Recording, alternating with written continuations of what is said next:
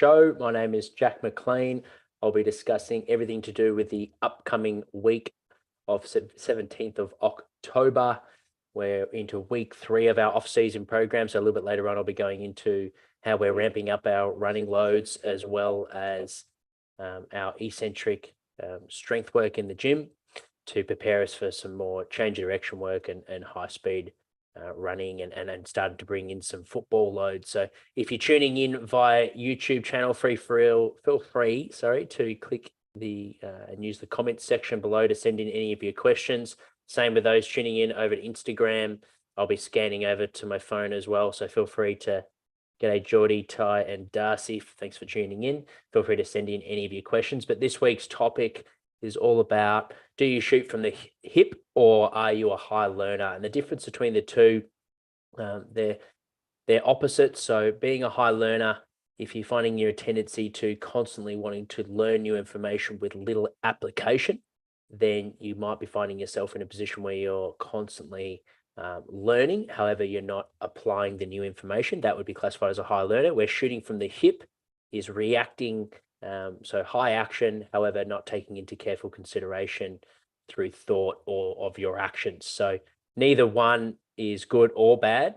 I know I've had a tendency to be in the situation where I've been a high learner, particularly while you might be studying. So for those in high school or doing a degree, you're surrounded by learnings and you're not doing as much practical application because you're not in the workforce yet, or maybe you're working part-time. So that could be conducive to being in a high learner high learning habit, whereas those that are working could be in the flip. You could be constantly used to being busy and constantly needing to act straight away and maybe losing that ability to have awareness and being able to actually think through some of your actions. So it's something that I just wanted to, a bit of food for thought for those. Potentially you might find yourself in a situation where, and just have a bit of a reflect on, am I a high learner at this stage? Over the last couple of months, have you been learning a lot of information with little application? Then now's the time to try and stop seeking new information, absorb what you currently know and put it to practice. And that's where the best learning can come. And then for those that haven't put on the student hat for some time, those listening in, perhaps it's a time to learn a new skill, do a small course online, or perhaps just speak to another colleague and see how they're doing things, just to shake up how you're constantly doing things, just to prevent you from just constantly going through the motions and doing the same thing over and over again. So that's just a little bit of food for thought, a new thing I thought I'd add to that weekly update. And hopefully some of you listening in either through the live chat or via the podcast found that helpful. If there's any particular topics that you want me to present on our upcoming monthly Get Better plan, our most recent one I did last week on Thursday, and that was for the coaches and business owners. It was all about creating your own podcast to help market your business, your side hustle. And for the footballers listening in, it was all about breaking down my philosophies for off-season football training and how to make sure that you have a successful off-season block, taking into account some key areas around recovery and rest, but then also making sure that you're getting in some good loads, and what are some good things that you can be doing, some productive things you've been doing over the time of off season to ultimately still time your run, so you're not overdoing it this time of year. So by throughout the season you're still feeling highly motivated and you've got plenty of energy, but at the same time you're actually getting better on certain areas. And I break down those key areas and some things that you can be doing. So for Academy members that you haven't listened to that presentation yet, make sure to log into the Academy and go into the Get Better Plan folder. For those that aren't subscribers to our Academy, you can listen to a bite-sized version of those podcasts. I release them, our Get Better Plan. About 50% of it makes it free to air on our podcast, so you can listen to those on an upcoming Friday. Every fortnight, I'll upload a new Get Better Plan. So the podcast one will be launched in next week, so on Friday, and then in a couple of weeks' time, our off-season training philosophy will be uploaded. Moving over to this week on the podcast, we have 2 live chat shows, both with highly experienced practitioners. So our first one, Connor Daley, he's worked in rugby at the highest level and he's now currently the strength and power coach at the Essendon Football Club. So I'll be catching up with him on Tuesday at 1 p.m. So if you've got any questions for Connor, or for Academy members and you want to join me live and ask kind of questions directly, feel free to tune in and when you next sign into the Academy, send me in your questions, or if you want to join us, just let me know. And on Wednesday, our podcast episode with Scott Dickinson that I host that live event just recently. He's the head of Australia's swimming up in the Gold Coast, manages the hub there. And we talked about his whole career journey, but also the difference for strength and conditioning coaches, the difference between working in pro sport compared to working in the Olympics. So broke down his year-by-year approach for an Olympic cycle. This current one is a little bit different because it's only a 3-year cycle. So we discussed that, but we also discussed the different environments, the strengths, the pros and the cons, if you like, for each one. The fact that pro sport, you're competing in season on a weekly basis, so how much urgency that builds, but also how people can, the environment can easily react to things that you might not need to react to, just simply by the win or loss impacting your decision making. But in the Olympic cycle, how, because you're not competing on a weekly basis, it can at times lack some urgency. So we talked about 2 different ones, how it looked from a development point of view, and more importantly, from a practitioner point of view. So if that's of interest of you, perhaps you've only worked in pro sports and you have an interest at someday working in Olympic sports, make sure to tune into that podcast. We'll release it on all our podcast platforms on Wednesday this week. Thursday, we've just changed, for those that don't know, I've had my baby girl was born 2 weeks ago, so second child, and it's changed our routine of nighttime for my first child. He's 3.5 years old. So I'm no longer going to be doing interviews for the time being anyway, for the next few months at 8 o'clock at night, just simply for that fact. So when we booked Phil in, that was pre-birth, so that was a couple months ago now, and I've just contacted Phil to change the time. So he's going to get back to me and look at his schedule, and I'll keep you updated on when we'll interview Phil. But his key topic will be the difference between performance sport and defense and the defense world. So he works in the military, and he's a strength and conditioning coach, so he helps prepare the military. So really looking forward to that chat. We haven't had anyone that works in physical preparation working in the military before on the show, so looking forward to having Phil on.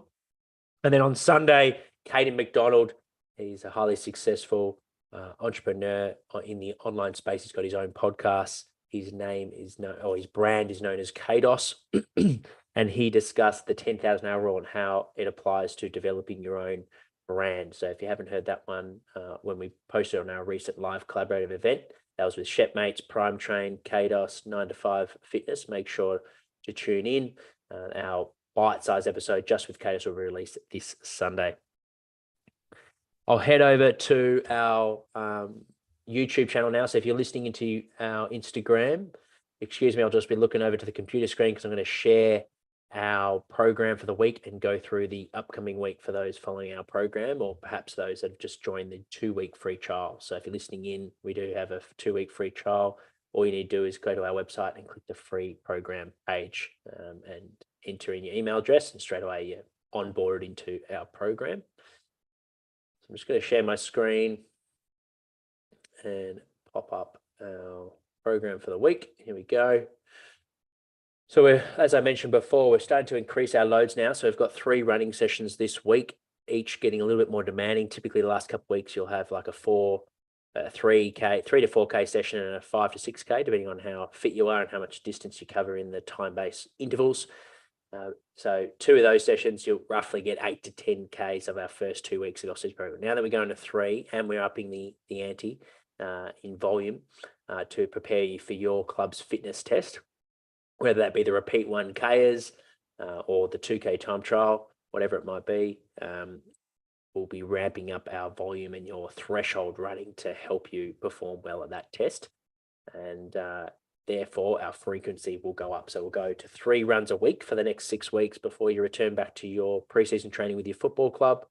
And you should have roughly 5 to 6K sessions. Sometimes we build up to 8K sessions for our bigger sessions. So I'm starting to move the needle now with your aerobic capacity. And moving into Monday, we've got 10 80 meters every 30 seconds. So aim to go 15 seconds on, 15 seconds off of those. Consistency is key. Then we've got 2 sets of 4 repeat speed. So because it's repeat speed, intensity is key. Really focus on your first 10 meters, build up to a good speed. Repeat speed should be done at about 70 to 80% of your max velocity. So we're prioritizing intensity with those. Then we've got the aerobic 200. So bring down the speed, and naturally the heart rate's going to go up a little bit because the rest periods are down on those this week. And then once you've finished your interval-based running, just to top up the legs, we've got a 10-minute feel-good aerobic jog. So that's up to you how you go about that. You might break that into your own fartlek if you prefer, like a 30 seconds on, 15 seconds walk, however you want to go for it, but 10 minutes of steady state running if you like, or jogging, I should say. Then we're into our lower body strength session. As you'll see, we've got the back squat now in there, replace the goblet squat. And later in the week, we've brought in our deadlifting. So the first 2 weeks, there was no deadlift. It was just RDLs and goblet squats. We've now brought in our deadlift. So I'm always a big fan of squatting early in the week and deadlifting at the end of the week, just to maximize the recovery after the deadlift. It's really demanding neurally because of how much muscle fiber you recruit with deadlifting, but also the back involvement with the deadlift can tend to quite fatigued through your lower back, hips and hamstrings. So it's always good to just finish on the last session of the week so you get at least 48 hours recovery before you next have to run or lift. Whereas if we deadlift at the start of the week and then you have to squat and sprint on Wednesday, I find it just takes away from the performance on your power day on Wednesdays. So pretty standard lower body strength session. Now you'll notice there's a little bit more emphasis on lifting. So the barbell movements have crept into the program. The dumbbells are not there as much. However, we are also now increasing your eccentric loading. So really focus on what we'll call lengthening or strengthening with the eccentric. So make sure you're working through those outer ranges. You're not cutting the movement short in terms of range of motion. Really get uncomfortable with those and focus on slow controlled tempo. Things like Nordics, table adduction, even things like for the shoulders, the dumbbell lateral raises, chin-ups, anything where we're lengthening those muscles, focus on controlling the stretch and then contracting nice and fast. Barbell RDLs are another good example. And even though the goblet squats are out, they're much easier to squat low and work on your range of motion with. Still with the barbell back squat, it's not a box squat, so make sure you're getting good depth with that and working on that strength in range. Tuesday's our upper body day for the maintainers. And then on Wednesday, we've brought in a power day. So agility, speed in it, and it's a bit of a combo session from our running day. And then an upper body explosive movement with lower body plyos. So starting to bring in some jumping work. Really important because when you start getting back to preseason training in 6 weeks' time, you do a lot of jumping in football, particularly key position players. So we want to try and start to build those loads just so you're resilient to transition into preseason training. But also from an athletic point of view, it's really good to and really important that if we want to get faster, more explosive, we've got to practice it on a weekly basis. So your intent with these sessions, they're short and punchy. The conditioning session should take 20, 30 minutes and the power session should take no longer than 20, 30 minutes. So it's only an hour for the day, but the intensity should be maximal. Every rep, you're trying to be as explosive as you can.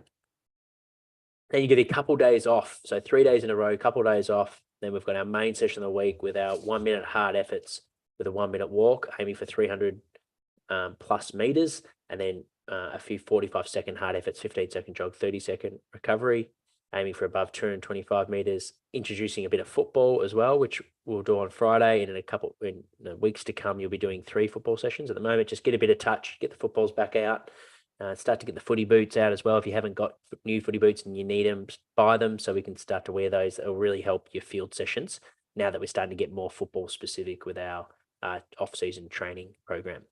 Then, like as I mentioned, we're bringing in the trap bar squats. Just start light this week to bring those in. And then we've got some good unilateral and high eccentric loading on the Saturday.